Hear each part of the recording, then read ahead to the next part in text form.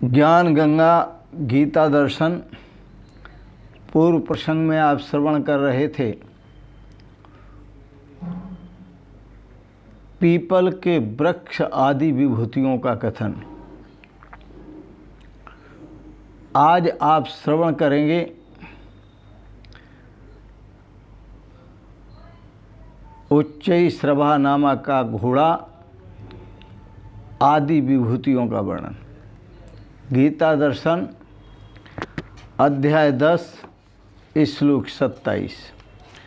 उच्चैःश्रवसम अश्वानां विद्धि पाप विद्धि मामृतोद्भवम् ऐरावतं गजेन्द्राणां नराणां च नराधिपम्। हे अर्जुन,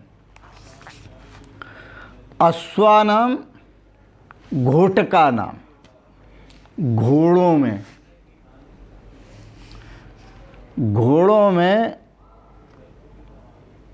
मैं अमृत के साथ उत्पन्न हुआ उच्चैःश्रवा नाम का घोड़ा हूँ। अमृत के साथ उत्पन्न हुआ, आगे पीछे नहीं, या अमृत से उत्पन्न नहीं, अमृत के साथ उत्पन्न हुआ उच्चैःश्रवा नाम का मैं घोड़ा हूँ। गजेंद्राणाम और हाथियों में ऐरावतम, जो ऐरावत नाम का हाथी है वह मैं हूँ। मनुष्याणाम नराणाम, मनुष्याणाम और मनुष्यों में नरा अधिपम, मैं सभी मनुष्यों का राजा हूँ। भगवान श्री कृष्ण ने 3 बातें कही। उच्चैःश्रवा नाम का घोड़ा मैं हूँ जो अमृत के साथ उत्पन्न हुआ। दूसरी बात, हाथियों में ऐरावत नाम का हाथी मैं हूँ जो अमृत के साथ ही उत्पन्न हुआ।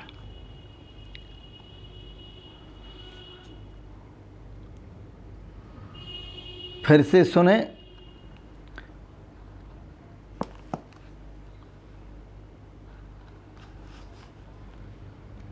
अश्वानाम घोड़ों में, उच्चैःश्रवा नाम का घोड़ा जो अमृत के साथ उत्पन्न हुआ है वह मैं हूँ। हाथियों में ऐरावत नाम का हाथी मैं हूँ। मनुष्यों में मनुष्यों का राजा मैं हूँ। भगवान सर्वोपरि हैं। आओ इस पर विचार करते हैं।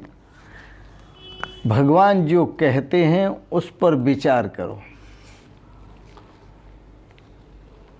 यह विचारणीय विषय है। भगवान ने कहा उच्चैःश्रवा नामक घोड़ा मैं हूँ।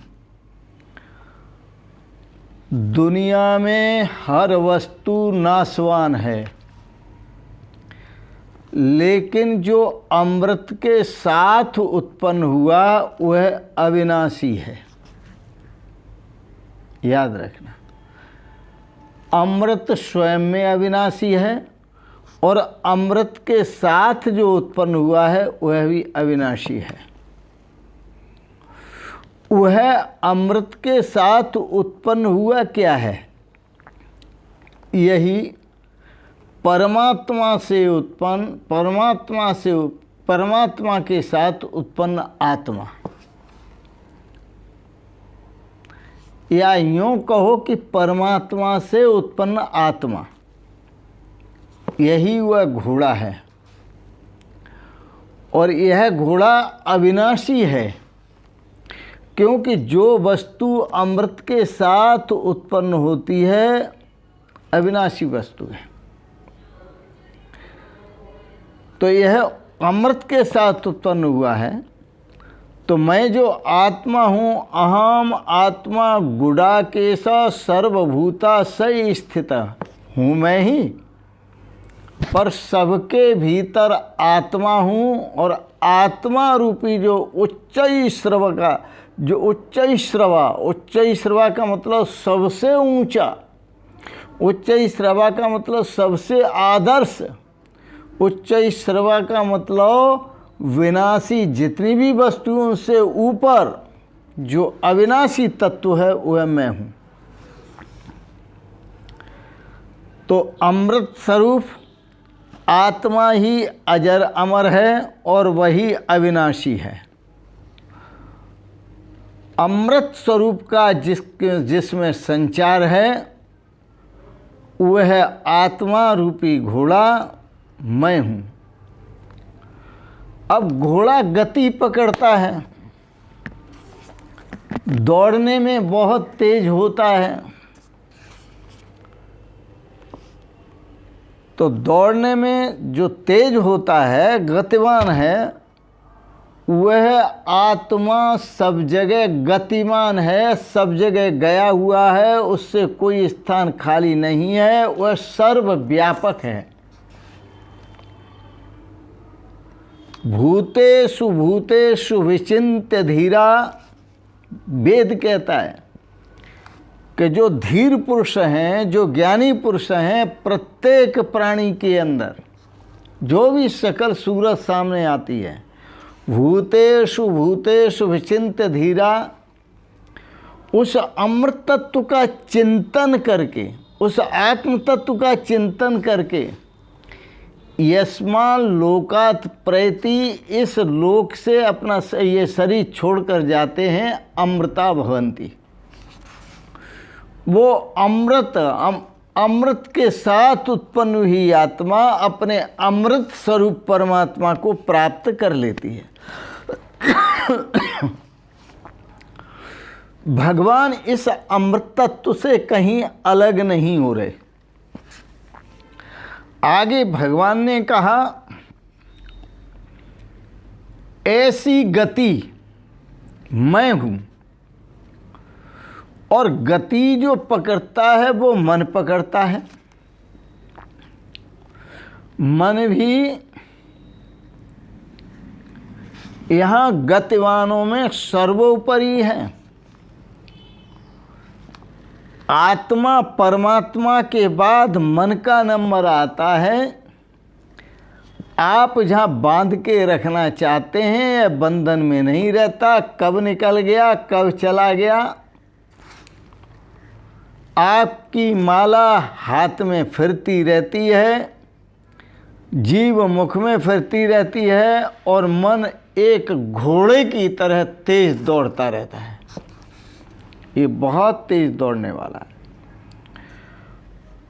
मन जब उधर गति पकड़ता है, इसकी गति दो हैं। एक तो क्योंकि वह अमृत स्वरूप को ग्रहण करने में दौड़ रहा है। मन जो दौड़ रहा है, इतनी तेज गति वाला मन, वो अमृत स्वरूप आत्म तत्व को, परमात्म तत्व को ग्रहण करने के लिए दौड़ रहा है।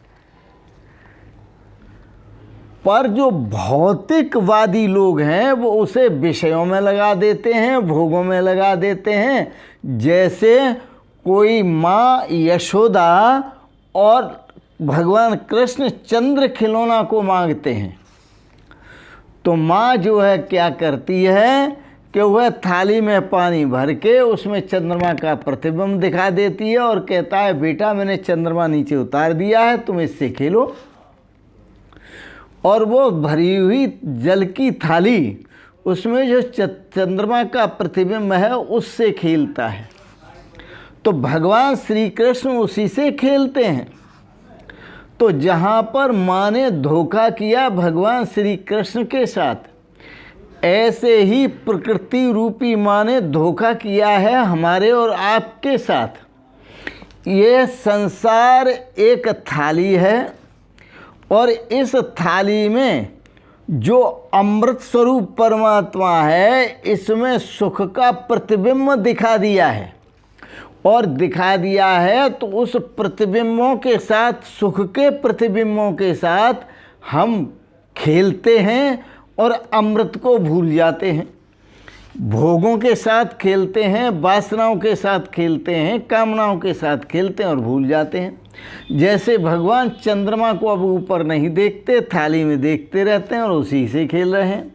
इसी प्रकार से यह जीव संसार में भटकता है और भटकता हुआ जीव परमात्मा को भूल जाता है।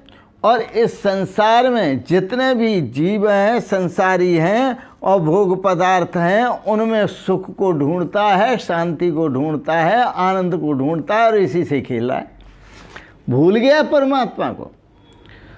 तो भटकत बहुदिन बीते, भूल से बन गया कूर। कूर का कहते हैं नीच, कि भटकते भटकते बहुत दिन बीत गए, लेकिन ऐसी भूल हुई कि हम नीच होकर के संसार के भोग पदार्थों में आसक्त हो जाते हैं और अमृत स्वरूप भगवान को भूल जाते हैं। तो भगवान कहते हैं, हे अर्जुन, जो मन है वह एक ऐसा घोड़ा है कि ये भी बहुत दौड़ता है।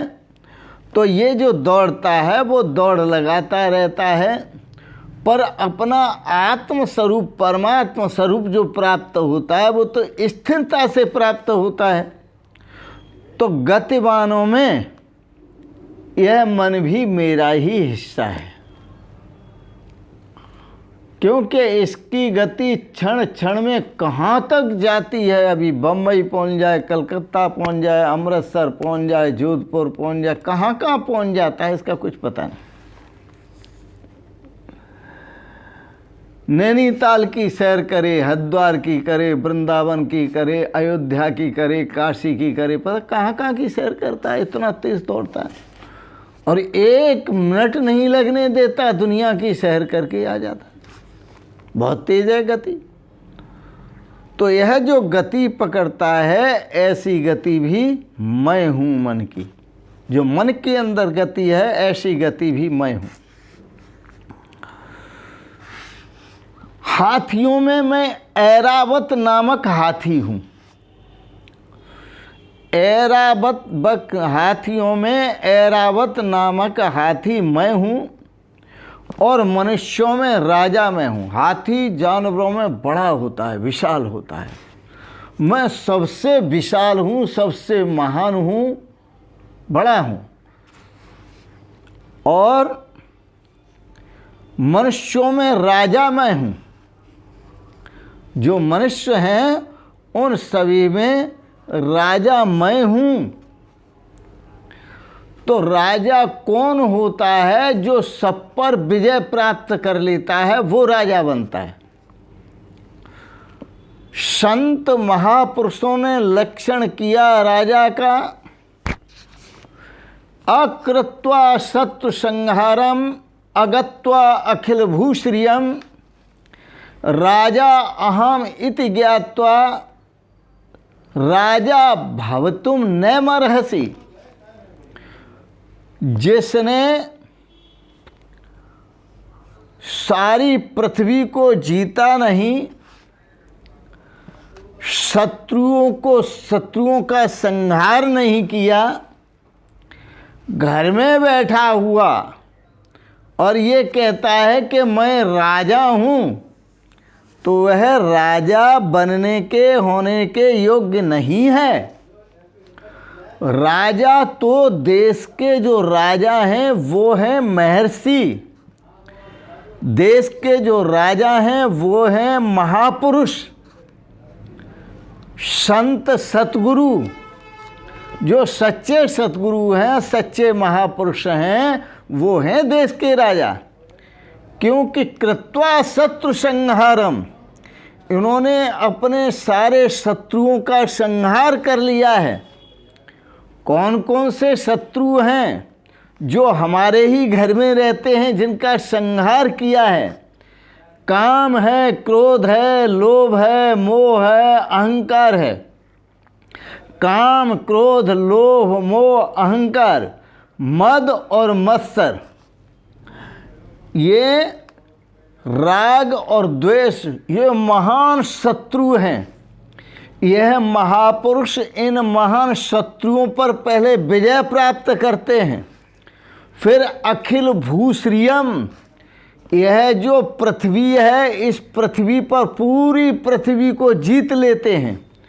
वह पृथ्वी क्या है? यह जो शरीर है, जो मन इंद्रियादि इंद्रियों से युक्त है, यह जो शरीर है इस शरीर पर भी विजय प्राप्त कर लेते हैं। अर्थात शरीर भी चलायमान नहीं होता, इंद्रियां भी, क्योंकि शरीर में जो इंद्रियां हैं वो इतनी चलायमान होती हैं कि ये मन जिस इंद्रिय के साथ लग जाता है और वो इंद्रिय वहाँ जाके टकराने के लिए बिल्कुल ऐसी अधीर हो जाती है और यह मन उसका साथ देता है और वह विषयों में प्रेरित कर देती है। इसलिए जो महापुरुष होते हैं उन्होंने काम को जीता, काम रूपी शत्रु, क्रोध रूपी शत्रु, लोभ मोह अहंकार मद मत्सर ईर्ष्या द्वेष राग द्वेष आदि को जीत लिया है और अपने शरीर को भी जीत लिया है, अर्थात अपने शरीर पर पूर्ण संयम कर लिया है। ऐसे जो महापुरुष हैं वो हैं नराणाम अधिपति, मनुष्यों के राजा। वो हैं मनुष्यों के राजा, नराणाम च नराधिपम, वो मनुष्यों में जो भी श्रेष्ठ मनुष्य हैं उन सभी के राजा वो महापुरुष हैं। इसलिए हमारे महापुरुष ही राजा हैं, जिनके पास किसी प्रकार का अभाव नहीं है, वो अपने स्वरूप में स्थित हैं और अपने स्वरूप में ही सदा संतुष्ट रहते हैं। संत सुखी विचरंत मही, वो इस सारी पृथ्वी पर विचरण करते हैं और सदा सुखपूर्वक विचरण करते हैं, सदा आनंदित रहते हैं। आज का जो प्रसंग आपने श्रवण किया, इतना ही। आपको दार्शनिक विचार अच्छे लगे, बहुत बहुत अनुग्रहित हैं। आओ आपको एक पद सुनाते हैं, बड़ा सुंदर पद है, उसको आप श्रवण करेंगे।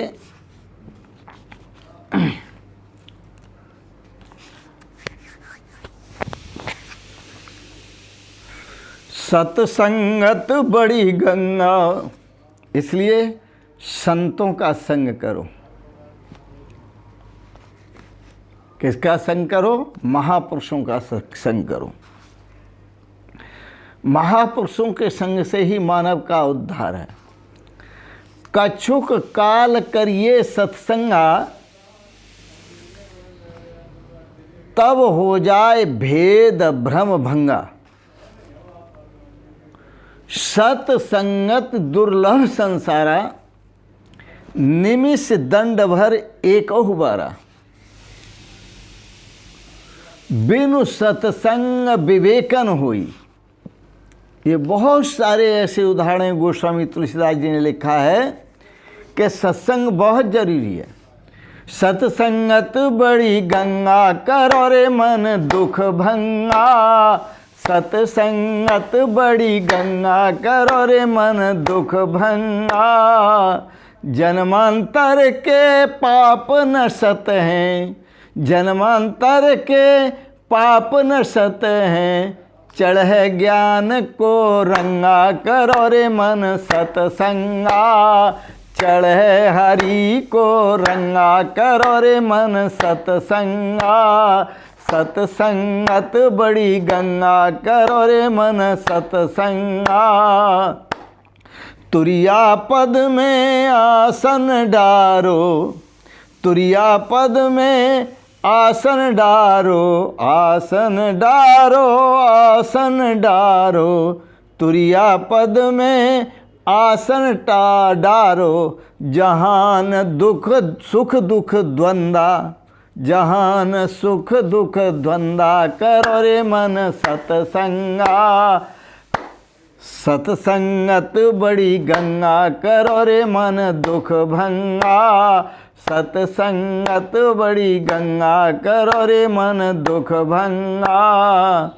निज विज्ञान की ज्योति लखे जो, निज निज स्वरूप के बोध की जो आत्मा परमात्मा की एकता के अनुभव की जो ज्योति है जब जल जाती है तो निज विज्ञान की ज्योति लखे जो, निज विज्ञान की ज्योति लखे जो, हरदम रहते उमंगा करो रे मन सतसंगा, हरदम रहते उमंगा करो रे मन सतसंगा, सतसंगत बड़ी गंगा करो रे मन दुख भंगा, सतसंगत बड़ी गंगा करो रे मन दुख भंगा। दुख भंगा का मतलब दुख को नष्ट करो सत्संग से। दुख भंगा करो रे मन दुख भंगा, सतसंगत बड़ी गंगा करो रे मन दुख भंगा। और इसी पद के साथ आप सभी को बहुत बहुत प्रणाम। आपको गीता दर्शन पर दार्शनिक विचार अच्छे लगे, इनको सब्सक्राइब करें, लाइक करें और शेयर करें। इन शब्दों के साथ ही वाणी को विराम देते हुए आप सभी को पुनः पुनः वंदन करते हुए, अभिनंदन करते हुए, प्रणाम करते हुए ओम शिवोहम शिवोहम शिवोहम।